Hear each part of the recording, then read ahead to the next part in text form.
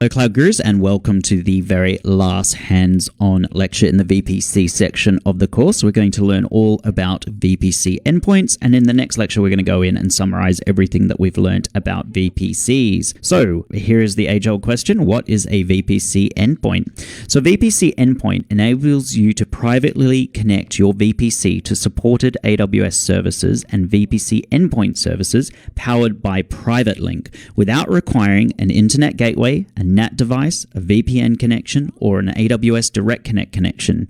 Instances in your VPC do not require public IP addresses to communicate with resources in the service. So traffic between your VPC and other services does not leave the Amazon network. So it's a way of traversing your traffic without having to leave the Amazon network. You don't need to go over the internet. Endpoints are virtual devices, and they are horizontally scaled, redundant, and highly available VPC components that allow communication between instances in your VPC and services without imposing availability risk or bandwidth constraints on your network traffic. And there's basically two types of VPC endpoints. We have our interface endpoints, and we have our gateway endpoints. And in this lab, what we're going to do is we're going to create an S3 gateway endpoint. We'll have a look at how we're going to do that a bit later. At first, we should just talk about an interface endpoint. So this is an elastic network interface, or an ENI, with a private IP address that serves as an entry point for traffic destined to a supported service. So the following services are supported. I'm not going to read them all, but basically a whole bunch of services are supported, and there's probably going to be more and more added throughout 2019 and 2020. Again, don't worry, you're never going to be quizzed on this as to which services are supported, but what you need to know is you basically attach an ENI to an EC2 instance, and that will essentially allow you to communicate to these services using the Amazon internal network. They don't need to then traverse the internet. And then gateway endpoints are very similar. They look just like NAT gateways essentially, and they're supported for S3 and DynamoDB currently. And so what we're going to do is we're going to go ahead and create a gateway endpoint. So right now, this is what our VPC environment looks like. We've got an EC2 instance in a private subnet. We've got one in a public subnet. Our private subnet, when it wants to communicate to S3, it basically traverses through the NAT gateway and then it goes outside of the AWS network, and then it uses basically the S3 public endpoints, and that is how it would copy a file. What we're going to do is we're going to change this architecture. We're going to get our instance to send our files to a VPC gateway, and then that gateway is then going to send that file to our S3 bucket, and it will not leave the Amazon network.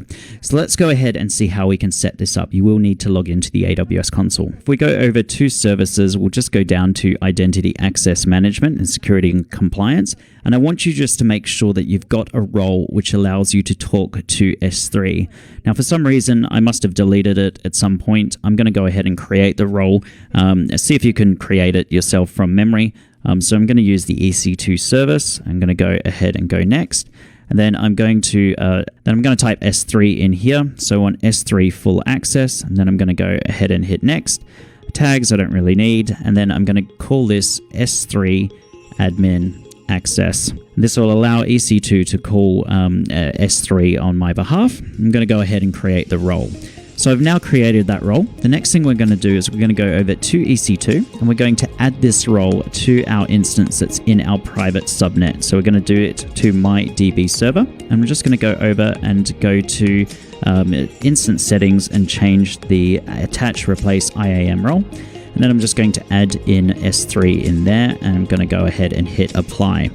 So that has now applied it. Now I do have a couple of network ACLs, network access control lists, and it can be difficult to manage. So what I'm just going to quickly do is just go down to my network ACLs. So I need to find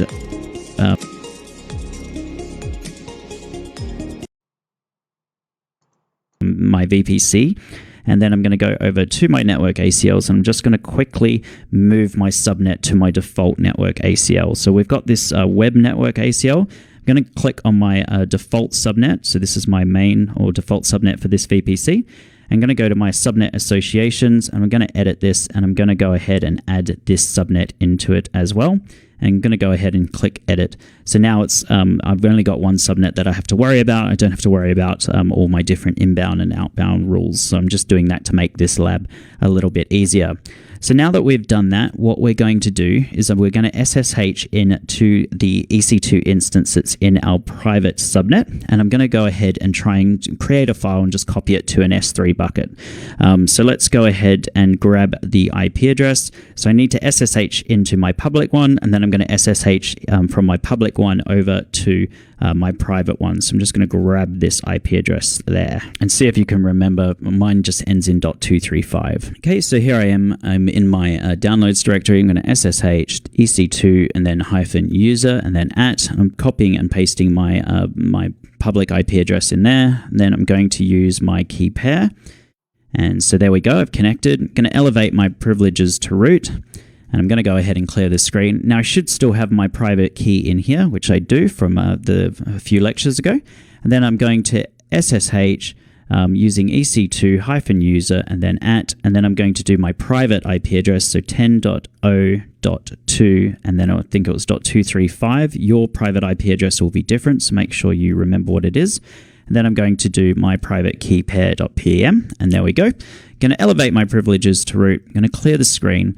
Then I'm just going to type AWS S3LS, and I should be able to list all my buckets in there, and you can see that I can do that.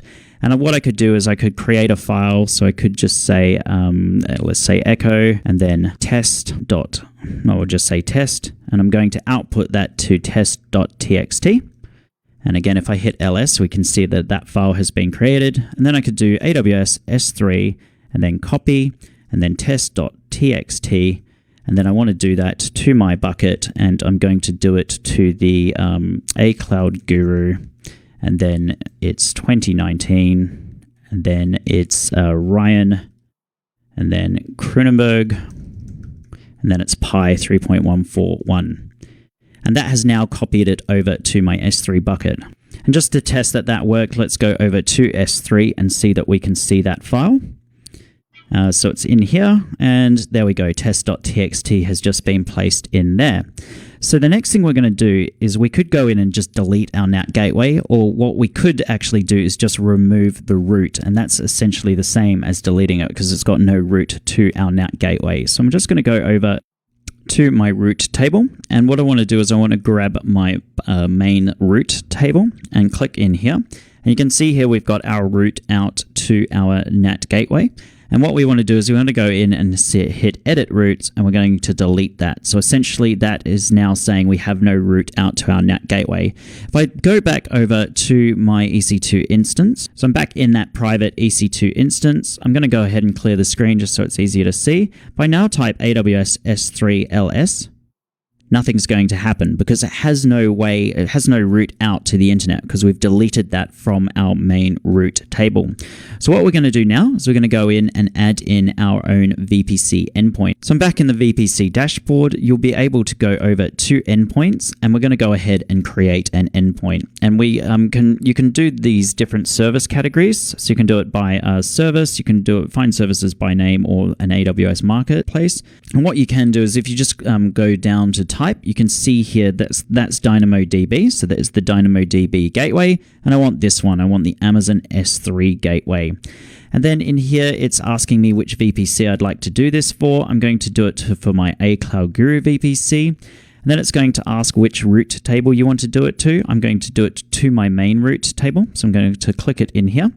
And the policy, we're going to do full access, and then we're just going to go ahead and hit create endpoint. And that has now created our VPC endpoint, and you can see that it's already available. Now, full disclosure, I went over and clicked on my root table, and when I clicked on my main root, I couldn't actually see the root in there. It took probably about 5 minutes for the root to go in and be set up automatically. So do just wait a little bit. The VPC endpoint's provisioned immediately, but the updating to the root table can take a little bit of time.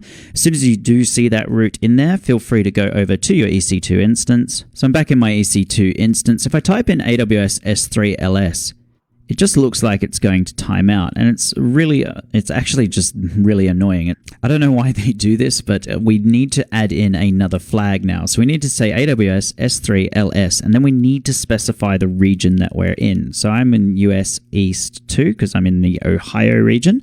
And then that will go ahead and list my buckets. So if you do type AWS S3 LS and it's just hanging, it's not because you don't have a connection, it's just that you have to specify the region that you're in. So now I'm able to see all my buckets and I'm not leaving the AWS network. I'm doing it through my VPC endpoint. So onto my exam tips, just remember what a VPC endpoint is. It enables you to privately connect your VPC to supported AWS services, and there's an awful lot of them, and VPC endpoint services powered by Private Link without requiring an internet gateway, NAT device, VPN connection, or AWS Direct Connect connection. And just remember there's two types of VPC endpoints. There's interface endpoints and then there's gateway endpoints. And gateway endpoints are currently supported for S3 and DynamoDB. So that's it for this lecture, everyone. In the next lecture, we're going to look at VPC Private Link. We're then going to go ahead and have a look at Transit Gateway and then VPN Hub. We're going to look at networking costs on AWS, and then you have finished with the VPC section of the course. So if you've got the time, please join me in the next lecture. Thank you.